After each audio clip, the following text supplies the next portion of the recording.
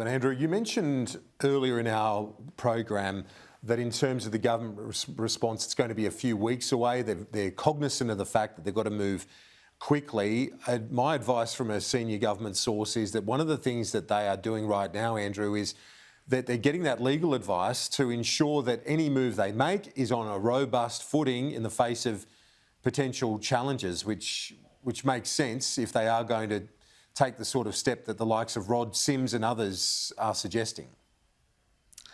Yes, and departmental advice generally I've heard from the various departments on what they should do and what are the best options. So they've gone away to the departments to get that advice, and we won't be seeing anything next week. Potentially by the end of the month, I imagine they'll have to move quickly. I think what's interesting here is Jim Chalmers and Ed Husick and others have been talking up a price cap. Rod Sims isn't into that so much, the former ACCC chair. He says you don't need that. You call in the gas companies, you say we've got this export controls lever, and you get a result typically out of that. Let's have a listen to Rod Sims.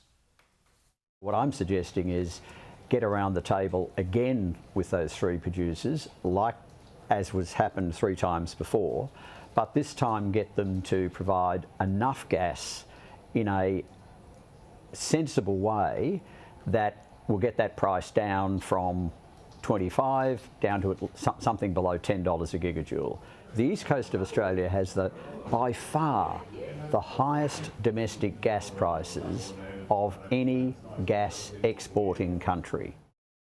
So a price cap in my mind is where the government, through some sort of energy law, regulates that you can only sell gas below a certain price. That always has unintended consequences. So he says if they do a price cap, it has unintended consequences. There are other ways. He also says we should look at a windfall profits tax, and you can imagine some of that money going back to those with electricity and gas bills. The problem is it's not just gas, it's coal as well, which the power industry is so reliant on in terms of putting the lights on, and those prices are sky high as well. Ed Husick is Minister for Industry. He basically really attacked the gas companies on with Kieran about 2 weeks ago.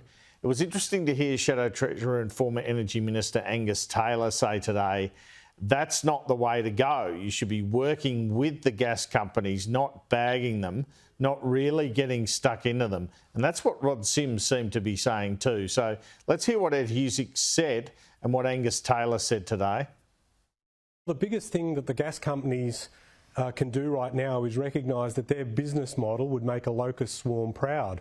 I mean, at the moment, all they're doing is sucking up an Australian resource and selling it at phenomenal prices overseas, and doing so in such a way that is putting pressure on manufacturers and households in this country. They can either do the right thing by the country or they can continue to be greedy. It's Team Australia or Team Greed.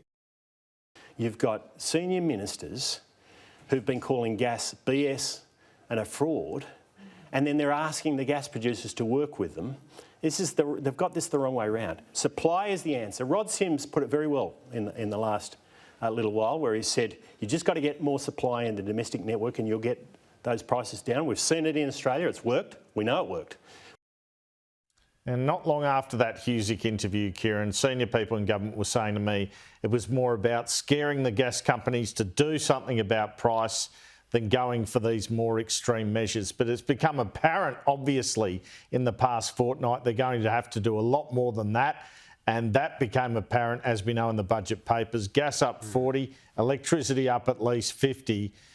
They are going to have to get a move on this, and they are going to have to take some pretty firm action. They're going to have to throw everything at it. Yeah. But despite what Anthony Albanese says, including in the speech tonight about handouts, I'm willing to bet my bottom dollar that come the May budget, there will be electricity bill rebates in that budget if this government wants to stay in power, Kieran.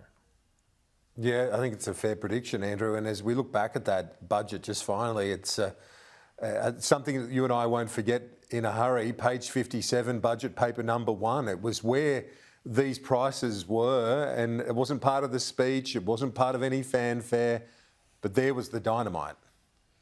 Well, we'd had the scoop on it the day before, which was fortunate for us. We knew where to look.